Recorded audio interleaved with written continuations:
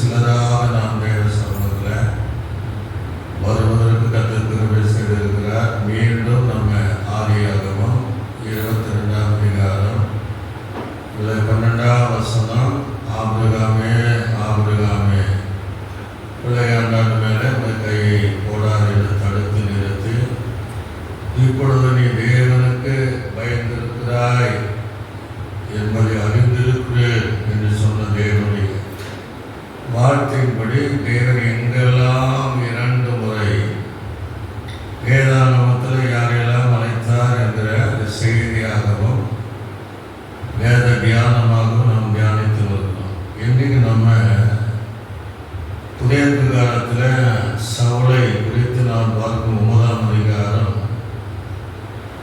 நான் வாசிக்கிற சவுல் என்பவன் இன்னும் கர்த்தருடைய சீசர்களை பயமுறுத்தி கொலை செய்யும்படி சீரியா பிரதான ஆசனத்துக்கு போய் இந்த மார்க்கத்தாராகிய புருஷராகிலும் ஸ்திரீயாகிலும் தான் கண்டு பிடித்தால் அவரை கட்டி எருசலேமுக்கு கொண்டு வரும்படி தமஸ்குவில் ஜபாரிகளுக்கு நிருபங்களை கேட்டு வாங்கினான்.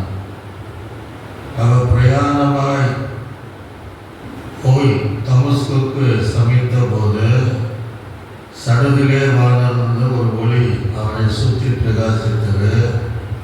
அவன் தரையில் விழுந்தான். அப்பொழுது சவுலே சவுலே, நீ ஏன் என்னை துன்பப்படுத்துகிறாய் என்று 2 தடவை சவுலே சவுலே என்று ஆண்டவர் கூப்பிடுகிற ஒரு காரியத்தை நாம் பார்க்க முடியும். வேதாகமத்தில் நீங்கள் பார்த்தீங்கன்னா 4 சவுலை குறித்து பைபிளில் எழுதப்பட்டிருக்கு. 3 சவுல் பழைய காலத்திலும், புதிய காலத்தில் சவுலே சவுலே என்கிற இந்த சவுலை குறித்து வேதாகமத்தில் நாம் பார்க்க முடியும். முதலாவது சவுலை நீங்கள் பார்த்தீங்கன்னா ஆதியாகமம் 36ஆம் அதிகாரம் நான் வாசிக்கிறேன், அது கவனமாக கேளுங்க. 36ஆம் அதிகாரம் அதில் 37, 38 நான் வாசிக்கும் போது, சமலா மரித்த பின்பு அங்கே இருக்கிற நதிக்கு சமீபமான ரெகோபோத் என்னும் ஊரானாகிய சவுல் அவன் பட்சத்தில் வந்தார், அதாவது அவனுக்கு பதிலாக வந்தார். சவுல் மரித்த பின்பு அக்போருடைய குமாரனாகிய பாகால் கானான் அவனுடைய பட்டத்தில் வந்தான் என்று இங்கே ஒரு சவுலை குறித்து நாம் ஆதியாகமத்தில் நாம் பார்க்க முடியும். இது வேதாகமத்தில் 4ஆம் புஸ்தகத்தில் கூட 1 48ஆம் வசனத்தையும் 49ஆம் வசனத்தையும் இந்த ரெகோபோத் ஊரான சவுலை குறித்து இங்கே சொல்லப்படுகிற அவன் ஸ்தானத்தில் அவன் ராஜாவாக இருந்தான் என்று அந்த நாட்களில் அதை நான் பார்க்க முடிகிறது. அதே போல் நீங்கள் இன்னொரு சவுலை பார்த்தீங்கன்னா, யாக்கோபுடைய குமாரர்கள் 12 பேர், இல்லை தீனால சேர்த்தனா 13, பொதுவாகவே பெண்களை பட்டியலில் சேர்த்த மாட்டாங்க. 12 பேர். அதில் ரூபன் மூத்தவன், 2வது சிமியோன். அவர் சிமியோன் வந்து யாக்கோபுக்கு 2வது குமாரன் என்று எழுதப்பட்டது. 2வது குமாரன் யாக்கோபுக்கு 2வது குமாரன். அந்த சிமியோனுக்கு 6வது குமாரனாகிய ஒருவன் பேர் சவுல் என்று வேதாகமத்தில் எழுதப்பட்டது. அது ஆதியாகமம் 46ஆம் அதிகாரத்தில் நீங்கள் வாசித்து பார்த்தீங்கன்னா, அதில் நான் வாசிக்கிறேன். அதில் நான் 10ஆம் வசனத்தில் வாசிக்கும் போது, சிமியோனுடைய குமாரனாகிய யெகூவேல், யாமின், ஓகா, யாகின், அதே போல சோகா, கானானியரின் குமாரனாகிய சவுல் என்பவர்கள் என்று தெளிவாக அந்த சொல்லப்படுது. இது ஆபிரகாமுடைய குமாரனாகிய 2வது குமாரனாகிய சிமியோனுக்கு 6வது மகனாக பிறந்தவன் தான் இந்த சவுல். சவுல் என்று சொல்லப்படுது. கானானியர் என்றால் நமக்கு நல்லா தெரியும். புதைப்பட காலத்தில் கூட ஒரு கானானிய ஸ்திரீ தன் மகளுடைய பிசாசுடைய வேதனால மரணாவசைப்படுவதை பார்த்து இயேசுவிடத்தில் வந்த ஒரு கானானிய ஸ்திரீ. அப்போ ஆண்டு சொல்றாரு இல்லையா, பிள்ளைகளுடைய அப்பத்தை எடுத்து நாய்க்குட்டிக்கு போடலாமா என்று சொல்லும்போது, ஆந்தான் மேய்த்தான் ஆண்டவரே, ஆயிரம் அந்த மேஜையிலிருந்து விழுகிற துணிக்கிற அந்த நாய்கள் தின்னுமே என்று சொல்லும்போது அவருடைய விசுவாசத்தை பார்த்து அவள் விரும்புகிறபடி இந்த மகளுக்கு ஒரு பூர்ண சுகத்தை கொடுத்ததை நாம் பார்க்க முடியும். அதில் இந்த 2வது சவுல் யாருன்னா சிமியோனுடைய 6வது மகன், கானானிய ஸ்திரீயினிடத்தில் பிறந்தவன் என்பது வேதம் தெளிவாக சொல்லுது. 3வது மகன் தான் 1 சாமுவேலை நாம் வாசிக்கும் போது 9ஆம் அதிகாரம் 1:3 கீசின் குமாரனாகிய சவுல் என்று சொல்லப்படுகிறது. முதல் ராஜா வந்தான் ராஜா. அவனை குறித்து வேதம் சொல்லும் போது, இஸ்ரவேல் ஜனங்களுடைய சகல ஜனங்களை பார்க்கிறோம் சமத்துரை உள்ளவன் என்று வேதம் அவனை வந்து தெளிவாக அவ்வளோ அழகாக இருப்பான். இஸ்ரவேல் ஜனங்கள் கிட்டத்தட்ட 6 லட்சம் புருஷர்கள்னா 6 லட்சம் புருஷர்களின் நடுவில் அந்த 6 லட்சம் புருஷர்களை பார்க்கிறோம் மிகுந்த சமத்துரை உள்ளவனாக இருந்ததுதான் சவுல். அந்த சவுலை என்ன நீங்கள் பார்த்தீங்கன்னா, அந்த சமஸ்த அந்த இஸ்ரவேல் ஜனங்களுடைய எல்லாவற்றுக்கும் அவன் உயரம் உள்ளவனாக இருந்தான். எல்லாமே அவனுக்கு தோள்பட்டி கீழே தான் அவனுக்கு எல்லாம் சொன்னது. அப்படின்னா அதனால சவுலை பார்த்தால் ஏறெடுத்து பார்க்கிற அளவுக்கு அந்த சவுல் இருந்தால். அப்போ அந்த கீசனுடைய கழுதை காணாமல் போனதுனால துரிதமாக சவுலை அடித்து ஒரு வேலைக்காரன் கொண்டு போய் அந்த கழுதையை தேடும்படியாக அனுப்பிவிட்டார். அந்த நேரத்தில் தான் தேவனுடைய சித்தத்தின்படி சாமுவேல் அவனுக்காக ஒரு முன்னம்படியை ஆயத்தப்படுத்தி அவனுடைய வருகையை எதிர்பார்த்து கழுதையை தேடிக்கொண்டு போன அந்த சவுலை கையில கொக்கினால் அபிஷேகப்படுத்தி அவனை ராஜாவாக்கின சம்பவம் நமக்கு நல்லா தெரியும்.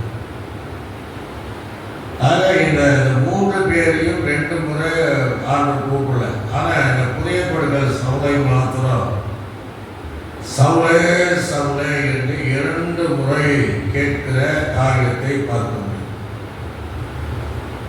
இந்த சவுல் என்கிற வார்த்தை எபிரேய பதத்தில் கேட்கப்பட்டது என்கிற ஒரு பொருள். கேட்கப்பட்டது அப்படின்னா இந்த சவுல் வந்து எப்போதுமே சபையாருக்கு ரொம்ப எதிராக செயல்படுகிறது. ஸ்திரீகளானாலும் புருஷர்களானாலும் தேவாலயமானாலும் அதை துன்பப்படுத்துகிறவனும் தான் இருந்தான். ஒருவேளை அந்த நாட்களில் அவங்க அதை ஜோம் பண்ணதுனால கேட்கப்பட்டது என்று ஒரு அர்த்தம் கூட இருந்திருக்கலாம். பழைய காலத்தில் இஸ்ரவேல் ஜனங்கள் 400 வருஷம் அடைப்படும் போது ஆண்டு சொல்வார் இல்லையாப்பா, 400 வருஷமா அப்படி எழுதுல கூக்குறலை நான் கேட்டேன், என் சந்தியில் வந்து அதை எட்டிட்டுங்கிறார். ஆக இந்த வார்த்தையின்படி நம்முடைய விண்ணப்பத்தையும் கேட்கிறவர், நம்முடைய மன்றாட்டை கேட்கிறவர், ஜபத்தை கேட்கிறவர். ஆக அந்த தேவன் இந்த அர்த்தமுள்ள வார்த்தையின்படி நம்ம மாலை இந்த நேரத்தில் கேட்கிற உங்கள் வாழ்க்கையிலும் நம்முடைய ஜபத்தையும் கேட்கிறவர். அது மாத்திரமல்ல, இந்த சவுல் செய்கிற அத்தனை காரியங்களும் தேவன் கேட்டுட்டே இருக்கிறான்னு அர்த்தம். அவன் தவறான காரியங்கள் செய்யும் போது, சபையை துன்புறுத்தும் போது இவர்களெல்லாம் ஆண்டவர் கேட்டுட்டே இருக்கிறார். அதனால அவன் கேட்டது என்கிற அதை எவ்வியர் பதில் சொல்லப்படும். சவுல் என்ற கிரேக்க பெயருக்கு தேவனால கேட்கப்பட்டவன். அப்பா தேவன் தான் அவனை கேட்க, தேவனால கேட்கப்பட்டவன். அப்போ தேவனால கேட்கப்பட்டவன் என்று சொல்லப்படுகிறது. ஏன்னா ஆண்டவனை சந்திக்கிறார். சவுலே சவுலே, துன்பப்படுத்துகிற இயேசு நானே. அதனால பிற்காலத்தில் இந்த சவுல் வந்து இல்லைன்னா நிருபங்கள் கிடையாது, சபைகள் கிடையாது, எழுப்புதல் வர முடியாது. ஆக புறஜாதிகளுக்கு என்று தெரிந்து கொள்ளக்கூடிய ஒரு பாத்திரம். ஆக தேவனால் கேட்கப்பட்டவர் சவுல் என்கிற கிரேக்க பதத்தினுடைய அர்த்தம். இன்னொரு அர்த்தம் என்னன்னா தேவனுக்கென்று அர்ப்பணிக்கப்பட்டவர். உடனே கேட்கிறான், நம்ம பார்க்கலாம், ஆகவே நான் என்ன செய்ய சித்தமாக இருக்க அர்ப்பணிக்கிறேன். ஆக தேவனுக்கென்று அர்ப்பணிக்கப்பட்டவர். நீங்களும் நானும் தேவனுக்கென்று அர்ப்பணிக்கப்பட்டவர்களாக இருக்கிறோம். அர்ப்பணிப்பின் ஊழியத்தை செய்யக்கூடியவர்கள். இவரது சவுலுக்கு இன்னொரு பேர் தான் பவுல். பவுல் என்ற பெயர் வந்து இயேசு வைக்கல, எந்த பரிசுத்தமான வைக்கல. இது நீங்கள் 13ஆம் அதிகாரத்தில் தான் அந்த பவுல் என்கிற வார்த்தை வரும். அந்த ரோமபுரி பட்டணம் தான் சவுலை பார்த்து அவருடைய செய்களை பார்த்து அவருடைய பவுல் என்று அழைத்தார். அதனால அந்த நாளிலிருந்து அந்த புதிய காலம் விழுவதும் அந்த பவுல் என்கிற வார்த்தைகள் வருவதை நாம் பார்க்க முடியும். பவுல் என்று சொன்னால் சிறிய உருவன் அர்த்தம், சின்ன உருவன் அர்த்தம். அது இன்னொரு பதத்தில் சொல்லப்படும் போது சின்னப்பர் அப்படின்னு, சின்னப்பர் ஆசைப்பர்கள், சின்னப்பர் சின்னவர், உருவத்தில் ரொம்ப சின்னவன் தான் இந்த சவுல் என்கிற பவுல். பழைய காலத்தில் கேசின் குமாராகிய சவுல் வந்து உயர நெட்டையல், அவனை மேலே இப்படிதான் பார்க்கணும். ஆனால் இந்த சவுலாகிய பவுல் ரொம்ப குள்ளமாக இருக்கும், அவனை இப்படிதான் பார்க்கணும். ஆக ஆனால் இருந்தாலும் அவன் பயங்கரமான காரியம் செய்திருக்கிறான். அப்போ ஏசு பாருங்க, பொதுவாக உலகத்தில் ஒரு பழமொழி சொல்லுவாங்க, கல்லறை நம்பினாலும் குள்ளனை நம்பக்கூடாதுன்னு. அப்படி ஒரு பழமொழி சொல்லுவாங்க, குள்ளமாக இருக்கிற மனுஷன் நம்பக்கூடாது, திருடனையாவது நம்பில்ல, கல்லறையாவது நம்பினா அப்படின்னு சொல்லுவாங்க. அதை இயேசு தன்னுடைய வலது பக்கத்தில் இருக்கிற கல்லறையும் நம்பினார், இந்த சரீரத்தில் சின்னவனாக இருக்கிற குள்ளமாக இருக்கிற சவுலையும் நம்பினார். சகையில் கூட சரீரத்தில் ரொம்ப குள்ளமான மனுஷன் தான். அதனால தான் அவன் தேவனை பார்க்க முடியாதவரை காண்டத்து மரத்தின் மேலே எப்படியாகிலும் பார்த்து விட வேண்டும் என்றார். ஆனால் அந்த குள்ளனாகிய நம்ம பாடலாம் அந்த சண்டே ஸ்கூல் விபிஎஸ்ல அதில் குள்ளன் என்கிற சேர்த்து தான் பாடுவாங்க. அதை அந்த குள்ளனாய் சகையின் வீட்டில் கூட தேவன் ரட்சிப்பை கட்டளிட்டார். அப்போ இங்கே சவுளே சவுளே அப்படின்னு ஏன் கூப்பிடுறாரு அப்படின்னா, இவன் என்ன செய்யறான் அப்படின்னா, நீங்கள் அப்போஸ்தலர் நடவடிக்கைகள் 8ஆம் அதிகாரத்தில் நான் 1, 2, 3 வசனம், அதாவது சேவானை கொலை செய்வ சம்மதித்திருந்தவன் தான் என்று சொல்ல. 7ஆம் அதிகாரத்தில் சேவான் கல்லெறிந்து கொலை செய்யப்படுகிறார். அது காரணம் கர்த்தர் யாருன்னா இந்த சவுல் தான். இந்த சவுல் வந்து நல்ல வசதி வாய்ப்புள்ள, சிலர் 9 குடிப்பாங்க, கப்பலுக்கு சொந்தக்காரம்பாங்க, ஆனால் வசதியுடையவன். ஏன்னா கமாலிய பாதத்தில் கற்று திறந்தவன்னா அதனால சிறந்த படிப்பற்றவன், அப்போ வசதியுள்ளவன் தான். ஆனால் அவனை சொல்லும்போது அவனை கொலை செய்வதற்கு சவுல் சம்மதித்திருந்தார்.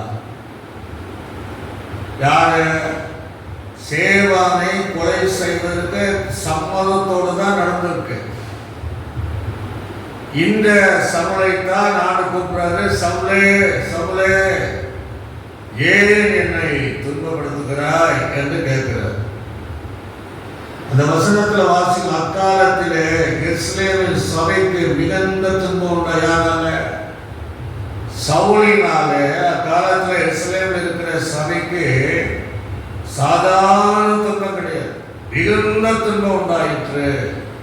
ஏன்னா அப்படிதான் வாழ்ந்தான்.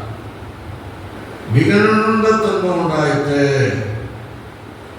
அப்போஸ்தலரை தவிர மற்ற யாரும் யூதியா சமாரியா தேசங்களிலே சிதறப்பட்டு போனார்கள். அதில்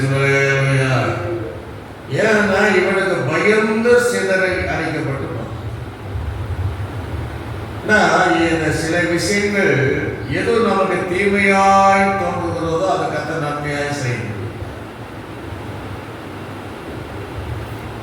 இவர்கள் சவுலுக்கு பயந்துதான் போனாங்க.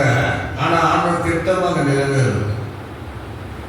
எப்படி நிறைவேறுது? அப்போஸ்தலர் நடவடிக்கையில 1ஆம் அதிகாரம் 8ஆம் வசனத்துல, பரிசுத்தாவி உங்களிடத்தில் வரும்போது நீங்கள் பலன் அடைந்து எருசலேமிலும் யூதேயா முழுவதும் சமரியாவிலும் பூமியின் கடியாந்தரங்களிலும் எனக்கு சாட்சியை பார்த்து சொன்னாரு. எருசலேம்ல நீங்க பரிசுத்தாவி பெற்றுட்டீங்க, இங்கேயே இருக்காதீங்க, சமரியாவுக்கு போங்க, எருசலேமுக்கு போங்க, என்ற பூமியின் கடைசி வரை போங்க. ஆனால் அங்கே யாரும் போக கிடையாது. அங்கேயே இருந்ததுனால இந்த சவுல் இவங்களுக்கு எதிராக செயல்படும் போது அந்த தீமையை தேவன் நன்மையாக செய்து முடித்தார். இந்த சவுல் பயந்துதான் போனாங்க. அது ஒரு நன்மையாக அவர்கள் எல்லாம் என்னதான் போனாங்கன்னா ஆண்டு சொன்ன இடத்துக்கு தான் போயிருக்கிறாங்க.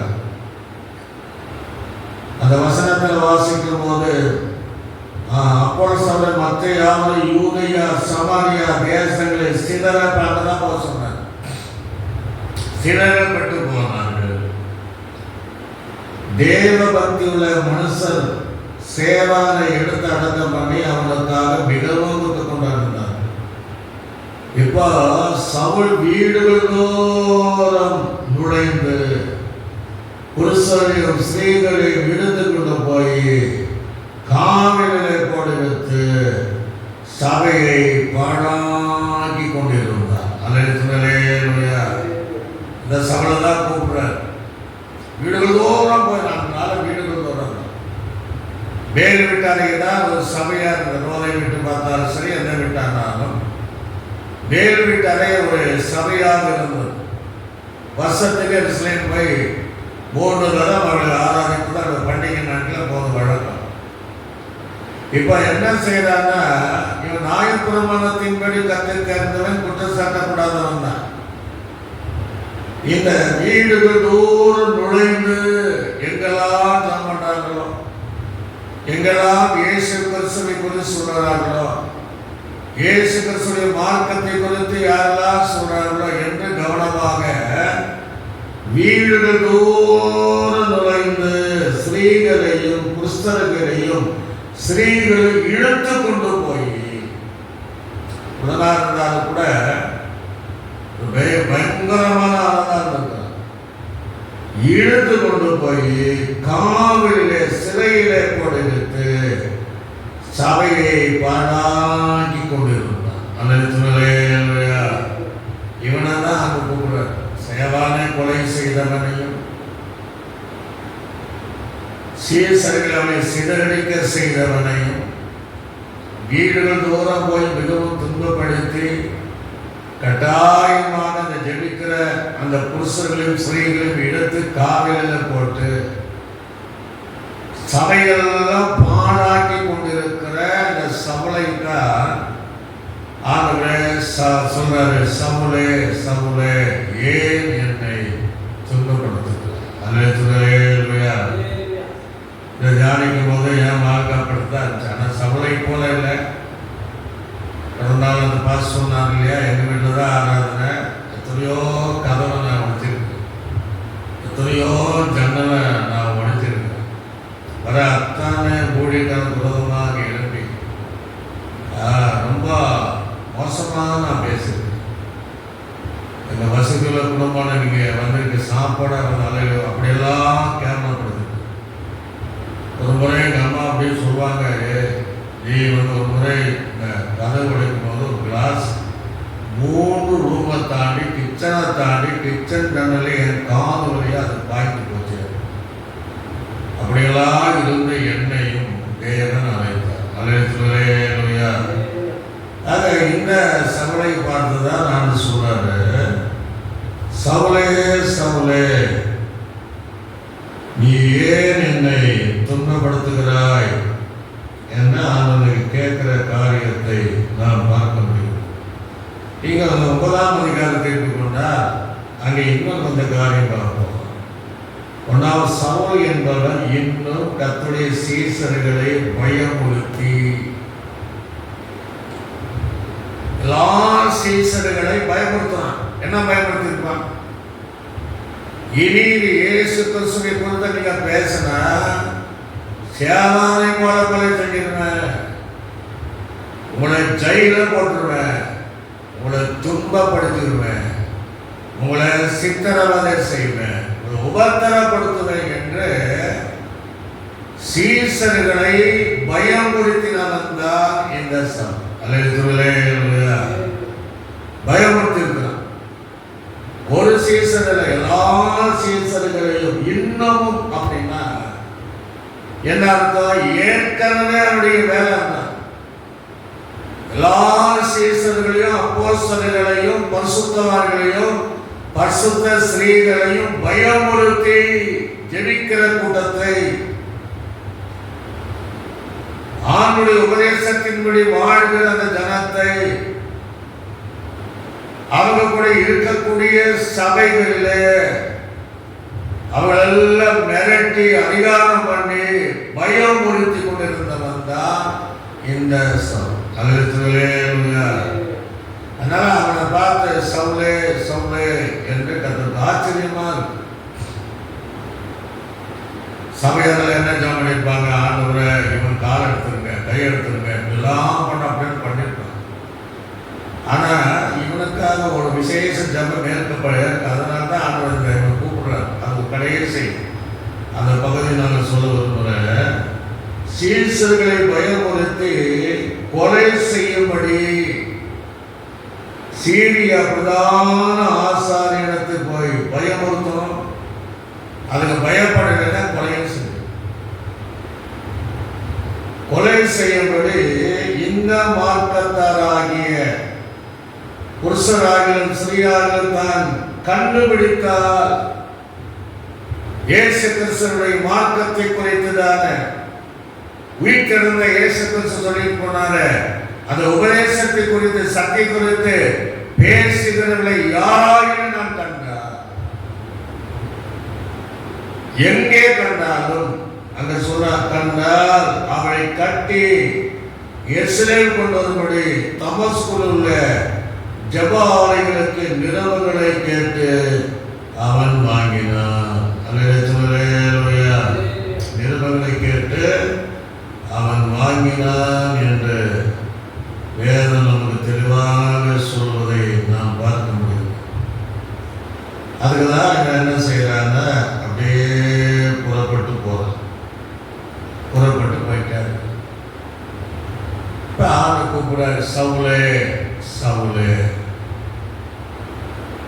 ஏன் என்னை துன்பப்படுத்துகிறார்?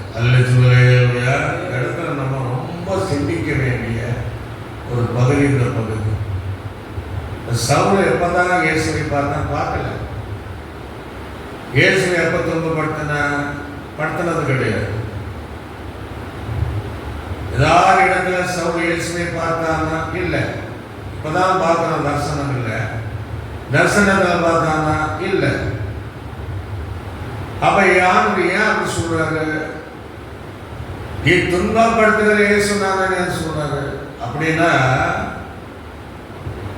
அது என்ன அர்த்தம்னா, நீ எந்த சீசர்களை பயன்படுத்துகிறாயோ, எந்த சீசர்களை துன்பப்படுத்துகிறாயோ, எந்த அப்போஸ்தலர்களை துன்பப்படுத்துகிறாயோ, எந்த ஜெபிக்கிற ஸ்ரீகளையும் புருஷர்களையும் நீ துன்பப்படுத்துகிறாயோ, அல்லது என் சபையை நீ துன்பப்படுத்துகிறாயோ, அது என்னை துன்பப்படுத்துகிற மாதிரிங்கிறது.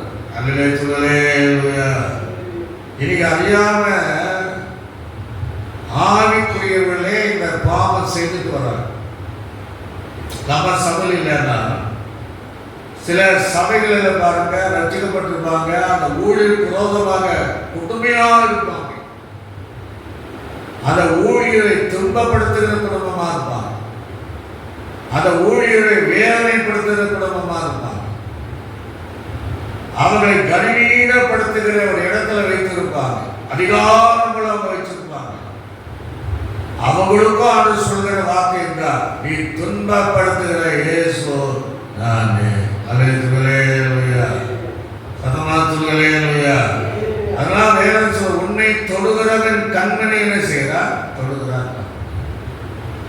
என்ன ஒரு பரிசுத்தவானாலும், ஜெபிக்கிற தெய்வ பிள்ளையானாலும், தேவனுக்கு சபைக்கு தூணா இருக்கிற தெய்வ பிள்ளைகள் ஒருவர் துன்பப்படுத்தினாலும் சரி, தேவ ஊழியர்களை துன்பப்படுத்தினாலும் சரி, அல்லது அவரை குற்றம் சாட்டினாலும் சரி, அது தேவனையே குற்ற சுமத்திற்கு சமமாக தான் சொல்றாரு.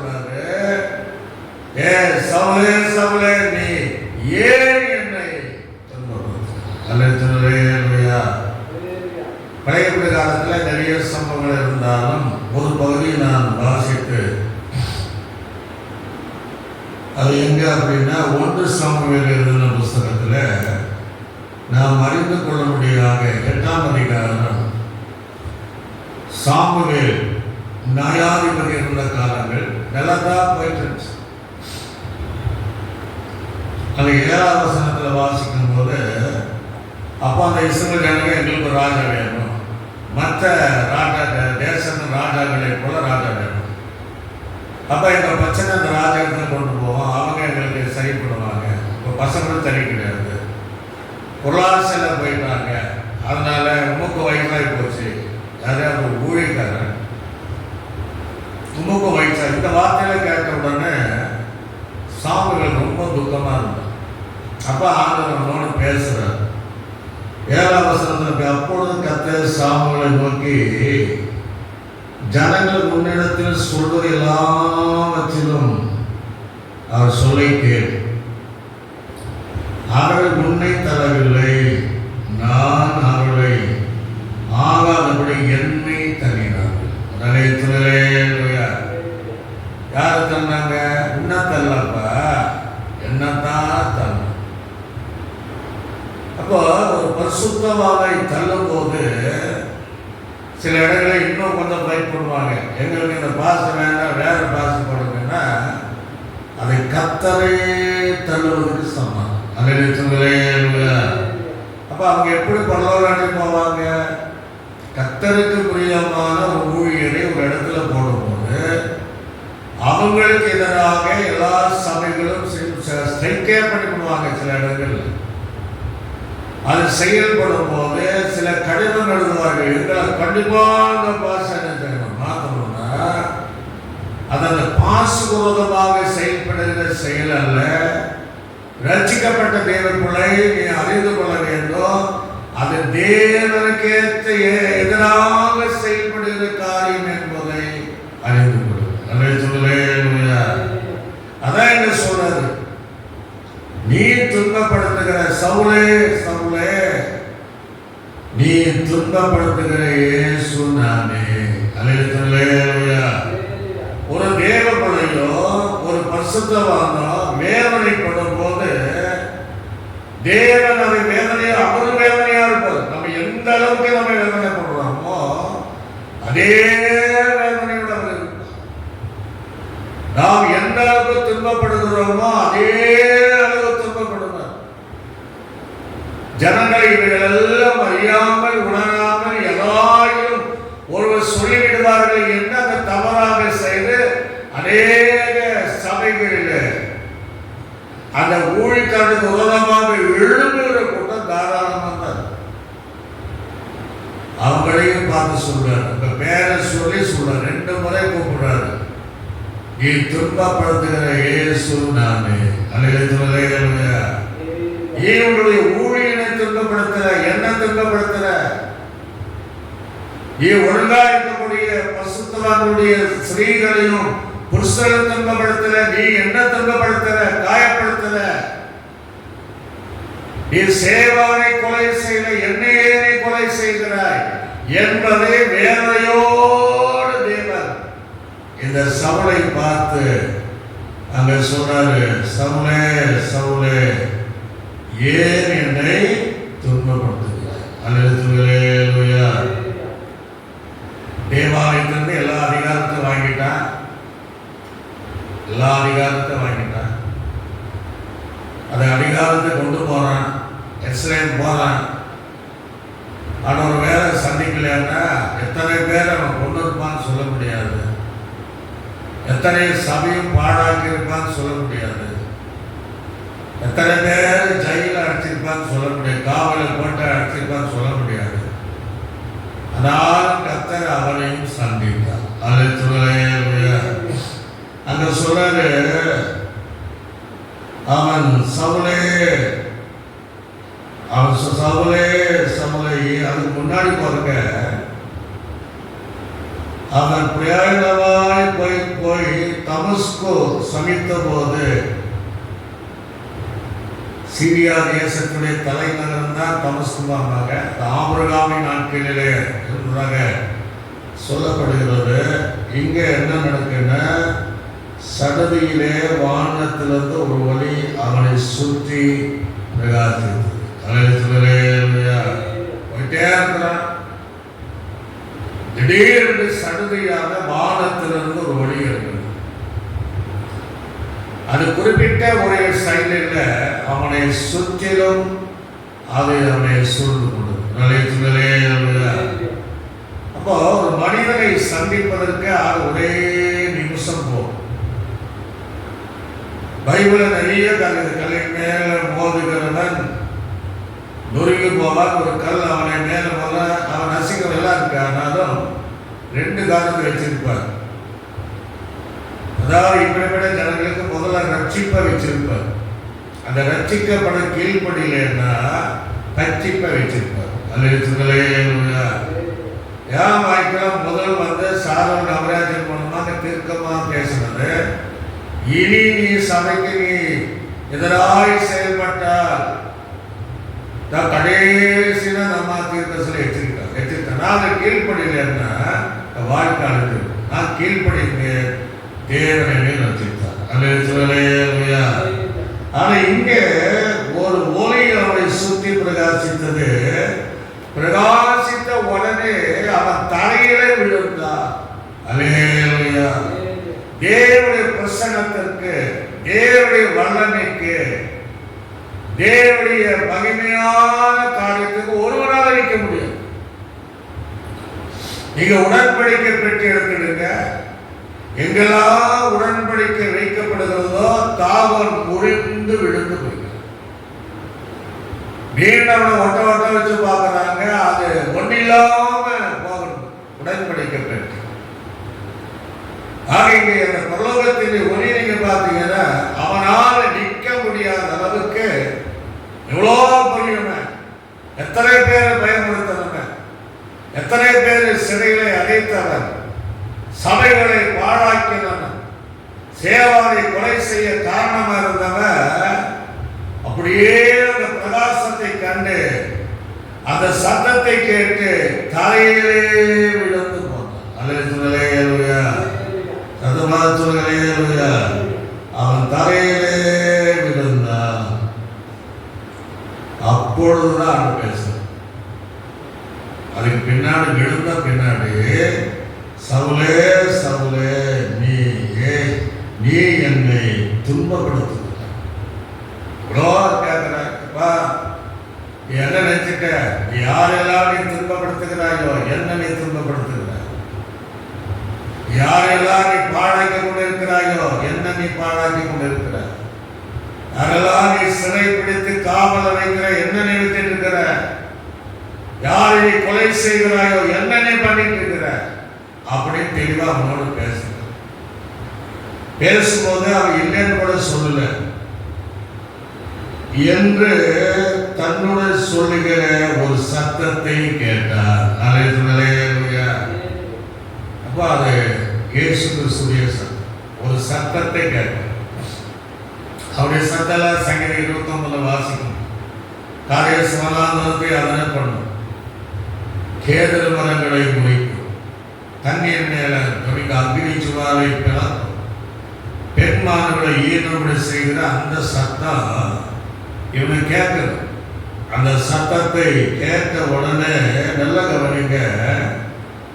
அதுக்கு ஆண்டவரே நீ யார் என்றார். அல்லேலூயா. ஆண்டவர் தெளிவா சொல்லிட்டார். முதலையே சொன்னார், நீ என்னை துன்பப்படுத்துகிறார். அப்ப யாரும் தெரியல. அப்ப யாரா இருக்கும்? நீங்க இப்படி சொல்றீங்களே, யார் நீங்க என்று சொல்லும்போது ஆண்டவரே ஆண்டவன் தெரியும் நீ யார் என்று. அதை கத்த நீ துன்பப்படுத்துகிற இயேசு நானே. அல்லேலூயா. நீ துன்பப்படுத்துகிற இயேசு நானே. அது உலகத்தில் யாரெல்லாம் பரிசுத்தவான்களை அறிந்தவர்களும் துன்பப்படுத்துறாங்க, அறியாதவர்களும் துன்பப்படுத்துறாங்க. அறிந்தவர்களும் சபைக்கு விரோதமாய் செயல்படுறாங்க, அறியாதவர்களும் செய்யறாங்க. இது யாருக்கு விரோதமாய் செய்கிற காரியம்?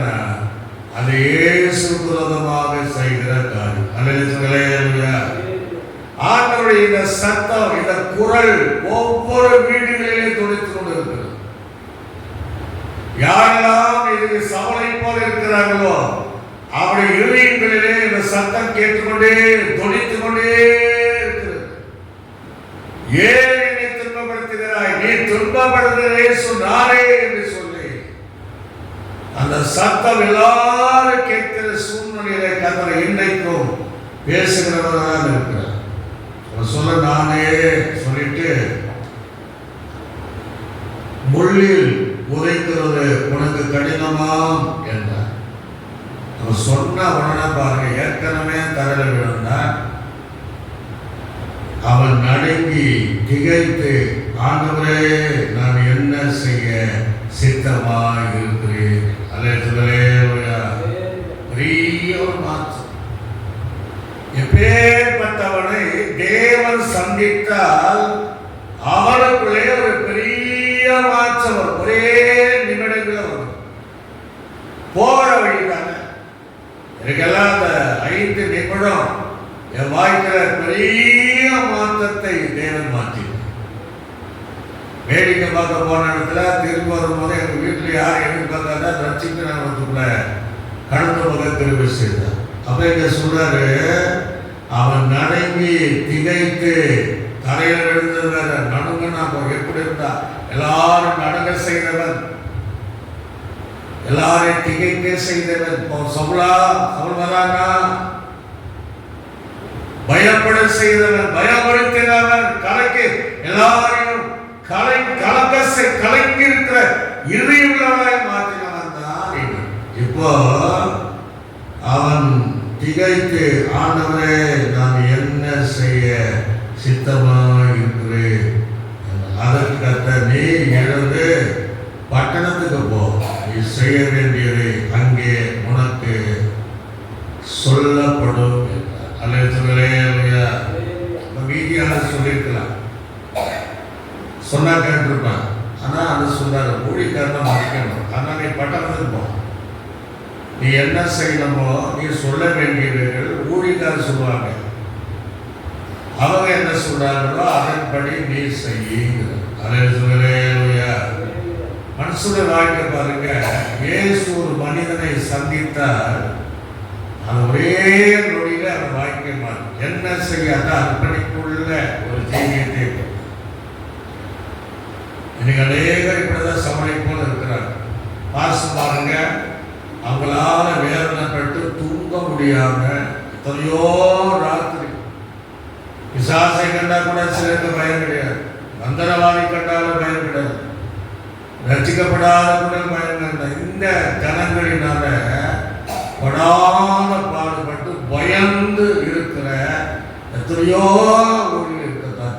அல்லேலூயா. கர்த்தர் அவர்களுக்கும் பேசுகிறார். இன்னைக்கு உங்களை எச்சரிக்கிறார். யாரை இயேசுவை துன்பப்படுவது சமாதானம் என்று சொல்லுங்க. அப்படி பட்டணத்துக்கு போ அப்படின்னு சொல்றாரு. இந்த ரட்சிப்பு எப்படி நடந்தது? இவ்வளோ பாவம் செய்யலாம். இவங்க ரட்சிப்பு எப்படி வந்துச்சுன்னா, ஒருத்தருடைய ஜபம் ஆரம்பிக்காது. மற்றவங்களாம் அப்படி ஜபம் பண்ண மாட்டேன்னா அதுக்கு பின்னாடி சவுல் ரட்சிக்கப்பட்டோன்னா யாருமே சேர்த்த மாட்டாங்க. சேர்த்துறதுக்கு பயப்படுவாங்கன்னா கண்டிப்பாக ரட்சிப்புக்காக யாரும் ஜபம் இருக்க மாட்டாங்க. ஆனால் ஒருத்தருடைய ஜபத்தை கேட்டார். இயேசுக்கள் சிலுவையில் அறையப்படணும். முதலாவது வார்த்தை, பிதாவே இவள் மன்னியும், இவள் செய்வது இன்னதென்று அறியாதிருக்கிறார். சேவாரை கொலை செய்ய காரணம் யாரு? சவுல் தான். சேவாருடைய ஜபத்தை கர்த்தர் கேட்டார். அல்லேலூயா. நான் தான் இந்த தியானம் பண்ணும்போது அது இந்த முறை தான் அதை உணர்ந்து, அப்போ சேவார் மறிக்கும் போது இந்த ஜபத்தை ஏறெடுக்கிறான். 7ஆம் அதிகாரம் 60 வசனத்துல அவன் முழங்கால் படியிட்டு, ஆண்டவரே இவர்கள் மேல இந்த பாவத்தை சுமத்தாதிடும் என்று மிகுந்த சத்தமிட்டு சொல்றான். அல்லேலூயா.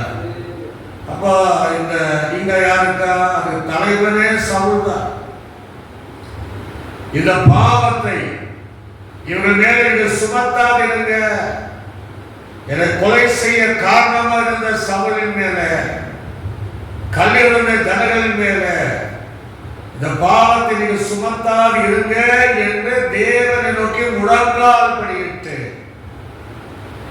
இவரை மன்னிக்கும் என்று சொன்னதனால தேவன் சேவானுடைய ஜபத்தை கேட்டு சவுலை தேவன் சந்தித்தார். அல்லேலூயா.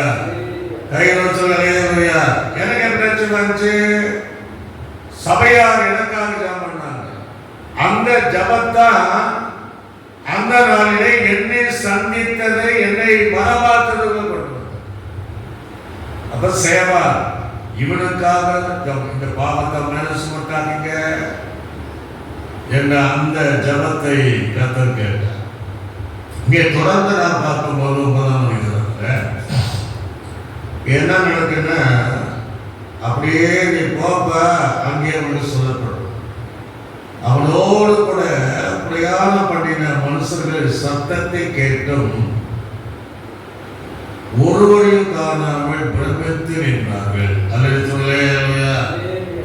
ஒரு ரவுடின்னா ஒரு 10 பேர் போவாங்க இல்லையா, அவங்க சத்தத்தை கேட்டாங்க, அந்த வார்த்தையை கேட்கல, எல்லாரும் பிரமித்து நின்னாங்க. இவங்க நடந்த பிரச்சனை எல்லாம் பார்க்குறாங்க, ஆனா பிரமிச்சு நிற்கிறாங்க. நம்முடைய தேவனுடைய வளம் வந்துச்சுன்னா பிரமிக்கக்கூடிய காரியங்களை செய்யும். அப்படியே ஏன்னா இவ்வளோ பெரிய தலைவன், சபையை துன்பப்படுத்துகிறவன், கொலை செய்ய காரணமாக இருந்தாங்க, இப்படி விழுந்துட்டாங்க, ஒரே சத்தத்துக்கு விழுந்துட்டாங்க என்று அப்படியே பிரமித்து, எதிர்க்க அசராதவன், எதிர்பார்க்காதவன், எங்கெல்லாம் இயேசுடைய மார்க்கத்தில் பேசுறாங்களோ அங்கெல்லாம் நுழைஞ்சி ஸ்ரீகள் புருஷர்களை இழுத்து காவலில் கொடுக்கிறவன் அல்லவா என்று எல்லாரும் பிரமித்து அங்கே நின்றார்கள் என்று வேதம் சொல்லுது. அப்ப நல்ல அடுத்தது சவுல் தரையிலிருந்து எழுந்து கண்களை திறந்த போது ஒருவனையும் காணவில்லை. அல்லேலூயா. அப்படின்னு என்னாச்சு? இப்போ பார்வை போச்சு. ஆனவர் என்னைக்கு சில பனிஷ்மெண்ட் கொடுப்பார். பார்வை முதல்ல எடுத்துட்டார், பார்வை இப்ப கிடையாது. பார்வை கிடையாது. திறந்த போது ஒருவரையும் அப்பொழுது கையலாக கொடுத்து அவனை தமஸ்குக்கு கூட்டிக் கொண்டு போனார்கள். அல்லேலூயா. எப்படி இருந்தா எப்படி ஆயிட்டு பார்த்தீங்களா? ஆணுடைய வல்லமை டச் பண்ண அப்படிதான். அவனுக்கும் 4 பேர் கூட்டு போனாதான் அவனால் போக முடியும். பார்வை இழந்தான். எழுந்துட்டு அடுத்தது நீங்க பார்த்தீங்கன்னா அங்கே பார்க்கும்போது அவன் 3 நாள் பார்வை இல்லாதவனாய் குசியாமலும் குடியாமலும் 3 நாள் பாஸ்டிங். ஆண்டவர் எப்படியெல்லாம் மாத்திராது பாருங்க. உபவாசம் இருந்தவளதான் துன்பப்படுத்தினான், ஜெபிக்கிறவளதான் துன்பப்படுத்தினான். சேவான் கண்களை திறந்து வானத்தை பார்த்து தூதரை பார்க்கிறான்.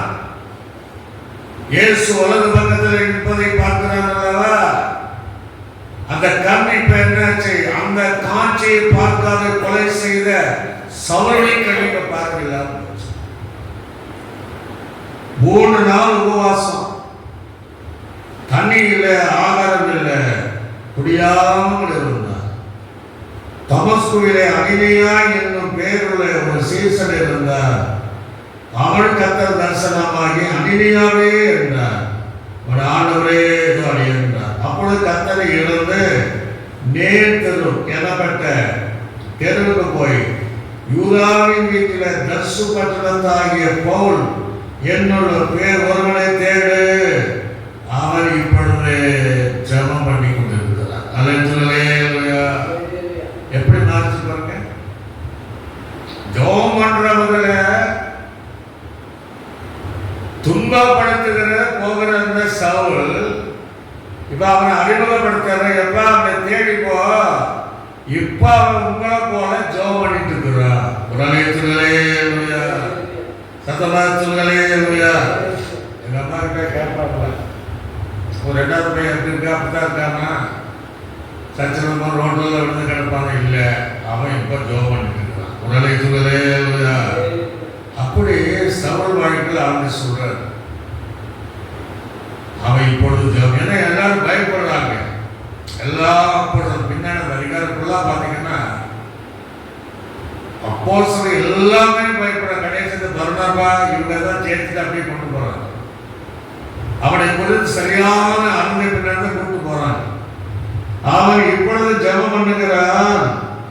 அனினியா என்னுள்ள ஒரு பேருள்ள மனுஷன் தன்னிடத்தில் வரவும் தான் பார்வை அடையவும் தன்மேல் கையை வைக்கவும் தரிசனம் கண்டான். அல்லேலூயா. அப்ப அந்த இடத்துல ஒரு தரிசனத்தை பார்த்திருக்கிறான். ஆண்கள் சுற்றி அந்த பிரகாசம் வரும்போது தரிசனம் பார்த்துங்க, சத்தத்தை கேட்கிறார். அனினியா என்கிற ஒருவன் முன்னே வருவான். அவன் மேல கையை வைக்கும் போது கண்களில் பார்வையும் என்பதை சவுலுக்கு தேவன் தரிசனமாக காண்பித்தார். ஆனா மற்றவர்களால் அதை பார்க்க முடியும். சத்தத்தை தான் கேட்டார். தரிசனத்தையோ சவுலோடு பேசின அந்த வார்த்தைகளை அவரை கேட்க முடியல. அதை சவுல் அவனை கண்டால் ஆண்டவர் போய் சொல்ல மாட்டார். தன்னிடத்தில் வருவன் தன் பார்வையுடன் தன் மேல் கைகளை தரிசனத்தை கண்டார். அதுக்கு அகில ஆண்டவரே, இந்த மனுஷன் எஸ்ரேலுடைய பரிசுத்தவான்களுக்கும் எத்தனையோ பொல்லாங்குகளை செய்தான் என்று அவனை கொடுத்து அநேக நாளை கேள்விப்பட்டிருக்கிறேன். சவனை கொடுத்து தெரியாத ஒருத்தர் கிடையாது. சொல்றீங்களே, இவன் ரொம்ப மோசமானவன், எத்தனையோ பொல்லாங்க நமக்கு செஞ்சிருக்கிறான், பிள்ளைகளுக்கு செஞ்சிருக்கிறான்.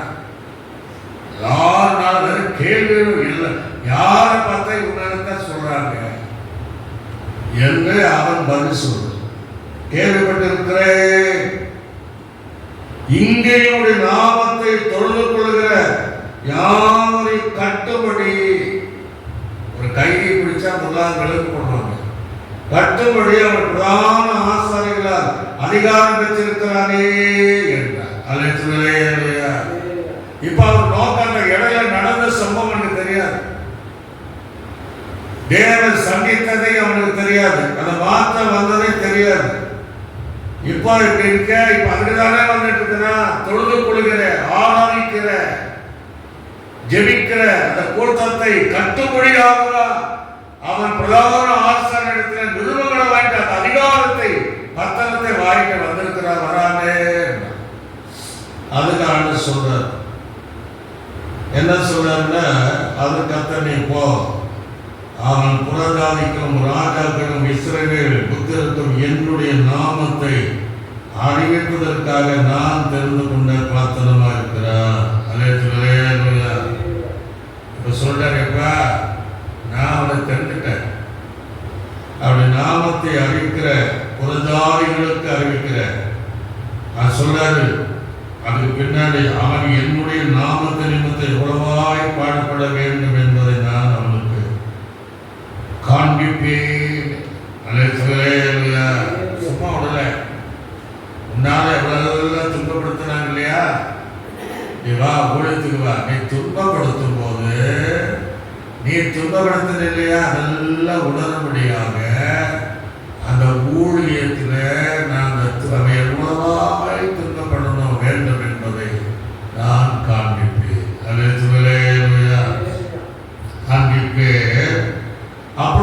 அமைதியா போய்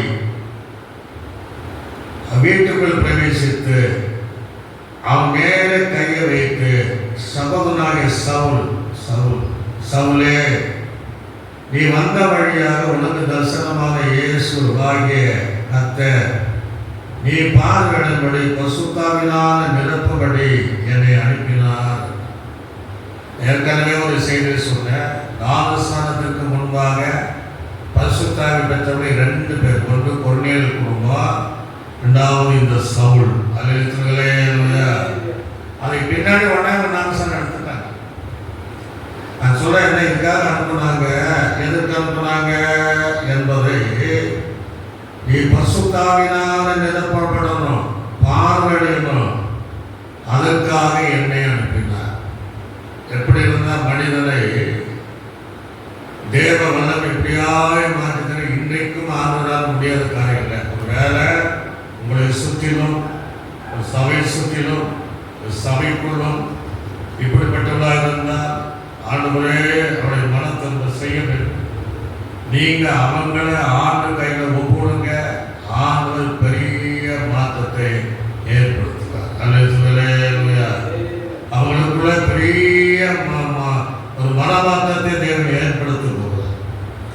இப்ப அனுப்பினார் என்ற உடனே அவருடைய கண்களிலிருந்து மீன் செதில போன்றவர்கள் விழுந்தன.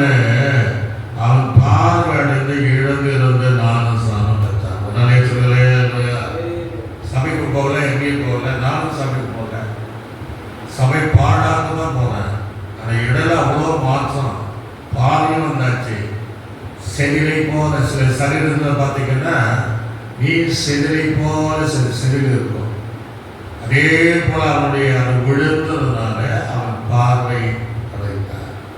பரிசுத்தாவினால நிரப்பப்படும் போதுதான் அந்த செதில்கள் மீனை போல இருக்கிற அந்த செதில்கள் விழுந்த உடனே அவன் பார்வை அடைந்து, ஞானஸ்நானத்துக்கு யாருன்னு சொல்லல, அவனே உடனாக அவன் ஞானஸ்நானம் எடுத்தான் என்று வேதம் சொல்லுகிறது. அதுக்கு சொல்லலே.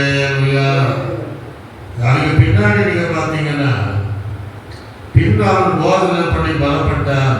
சவுல் தமஸ்குவிலே சீசர்களோடு சில நாள் இருந்து தாமதம் என்று கிறிஸ்து தேவனுடைய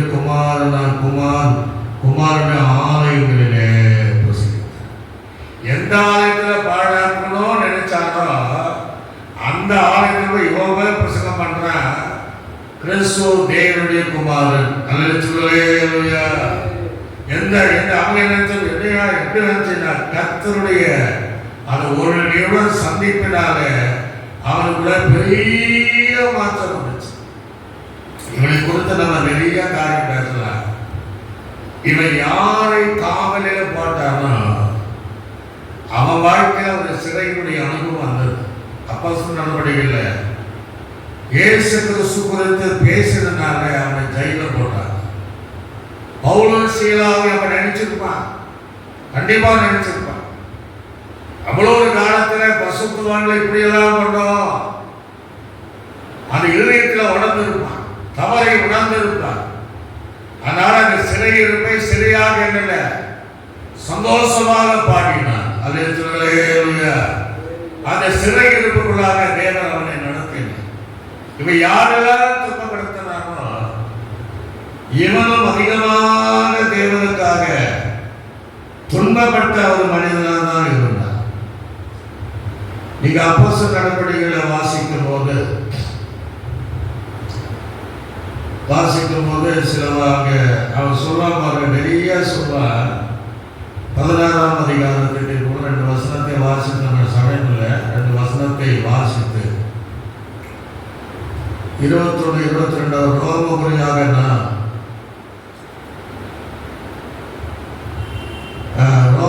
ரோமராகிய நான் ஏற்றுக்கொள்ளவும் அனுசரிக்கவும் அனுசரிக்காத முறைகளை போதிக்கிறார் என்றால் அப்படி ஜனங்கள் கூட்டமாக கூடி அதற்கு விரோதமாக எழுதினார்கள்.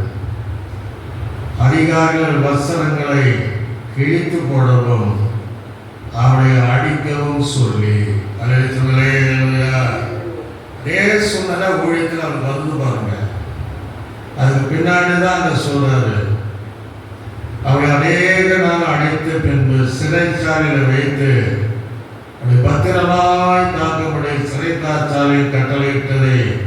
அப்பதான் அந்த 27 நடுராத்திரியில் பவுல் சீலாவும் ஜெபம் பண்ணி தேவனை துதித்து பாடினார்கள். காவலில் வைக்கப்பட்டவர்கள் அதை கேட்டுக்கொண்டிருந்தார்கள். யாரெல்லாம் அப்படிப்பட்ட எனக்கு அப்படி சந்தோஷமாக நினைத்து அதற்காக அவர் தன்னை அர்ப்பணித்து அவன் அப்படி செய்தவனாக இருந்தான். 2 Corinthians நிருபத்தில் கூட ஒரு வசனம் வாசிக்கும் போது 11ஆம் அதிகாரத்தை நம்ம தெரிந்து கொள்வோம். 11ஆம் எவ்வளோ பாடுபட்டிருக்கிறார் அப்படிங்கிறதுக்கு 11ஆம் அதிகாரத்தை தெரிந்து கொண்டார். அங்கே 23வது வசனத்தில் அவர்கள் கிறிஸ்துவின் ஊழியக்காரரா, அந்த வசனத்தில் நான் வாசிக்கும் போது ஊழியக்காரரா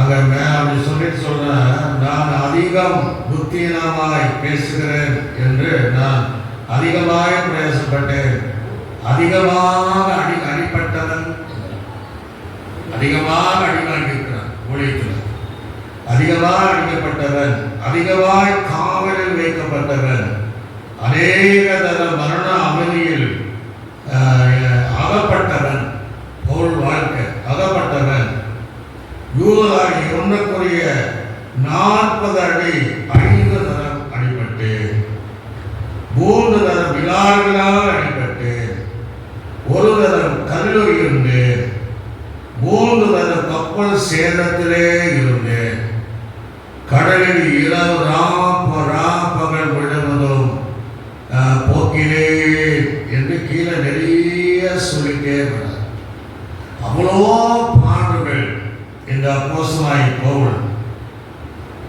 தன்னுடைய ஊழியத்தில் இல்லாத போது பரிசுத்தம் எதை செய்தாலும் அவளெல்லாம் அனுபவித்தாலும் சந்தோஷமாக அந்த ஊழியத்தை அவர் செய்து கொடுத்தார்.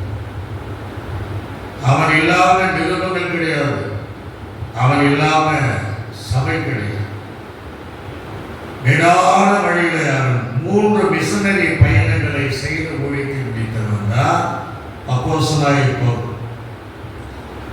எப்படி அவன் மிஷனரி 3 அமெரிக்காக்காரன் வர மாதிரி 3 மிஷனரி பயணங்கள் சபை கட்டினார். ஆண்டுடைய வார்த்தையை தைரியமாய் பிரசங்கித்தார். யாருக்கும் பயப்படல, எப்பேற்பட்ட அதிகாரிகளும் பயப்படல. தைரியமாய் பிரசங்கித்து இவ்விதமாய் தன்னுடைய ஊழியத்தை அவர் முடித்துக் கொண்டார். அல்ல சொல்லலையா, சந்தோஷமா சொல்லலையா. அந்த வார்த்தை நாம் சரியாக நாம் கவனித்துக் கொள்ள வேண்டும். ஆண்டு சொல்ல, நீ துன்பப்படுத்துகிற இயேசு நானே. அதனால பிரியமானவர்களே, கேட்கிறது என்ன சொன்ன வேண்டும், பரிசுத்தவான்களை காயப்படுத்துவோ வேதனைப்படுத்துவோ அவர்கள் எதிராக எந்த காரியம் செய்யாதபடி தேவ சமூகத்தை அர்ப்பணித்தால், அப்படிப்பட்டவரை மனம் திரும்பி நீ அப்படியே இருந்தால் நீங்க இயேசுதான் துன்பப்படுத்துற, இயேசுதான் வேதனைப்படுத்துற என்பதை உணர்ந்து அறிக்கை செய்து நல்ல ஒரு ஆவிக்குரிய வாழ்க்கை வாழ்வதற்கு ஒரு அர்ப்பணித்துக் கொண்டார். சவுலை சந்தித்தவர் உன்னையும் சந்திக்க வல்லவராக இருக்கிறார். அப்படியே கண்களை மூடினவர்களாக தேவ சமூகத்தை நோக்கி அதுக்காக பேச, சவுலே சவுலே ஏன் என்னை துன்பப்படுத்துகிறார்? இதை கேட்கிறார். இந்த குரல் எங்கேயும் கேட்கக்கூடிய சூழ்நிலை உருவாகும் போது, ஒரு வேலை நீ எந்த இடத்துல இருக்கிற, ஊழியரை வேதனைப்படுத்துகிற இடத்துலையோ, பரிசுத்தவான்களை வேதனைப்படுத்துகிற இடத்துலையோ, சபைக்குலமாய் செயல்படுகிற இடங்களிலோ இருந்தார். ஆண்டவரே, நான் என்ன செய்ய சித்தமாய் அர்ப்பணிக்கும் போது வாழ்க்கை மலர செய்கிறவர், வாழ்க்கை பிரகாசிக்க செய்கிறவர் இன்னைக்கு அர்ப்பணிக்கவே. கர்த்தரின் ஒரு வார்த்தையை தியானிக்கும் போதே சொன்னார், திருமணம் ஆகாதவர்களுக்காக நீ ஜெபம் பண்ணுங்க. எனக்கு நிறைய விண்ணப்பம் தொலைபேசியில் வரும்.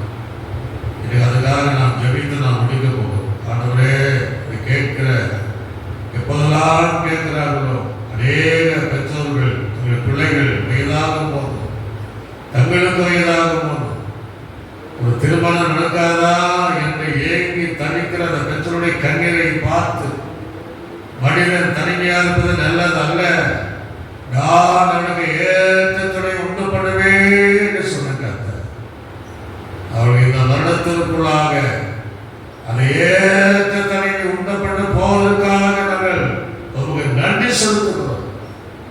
கேட்கிற தேவ பிள்ளைகளுக்கு அப்படியே நீ செய்வதற்காக நன்றி. சபையில் இருக்கிற தேவ பிள்ளைகளையும் அதிகமாக ஆசிர்வதிப்பீரார். கர்த்தர் பெரிய காரியங்களை செய்வீர்.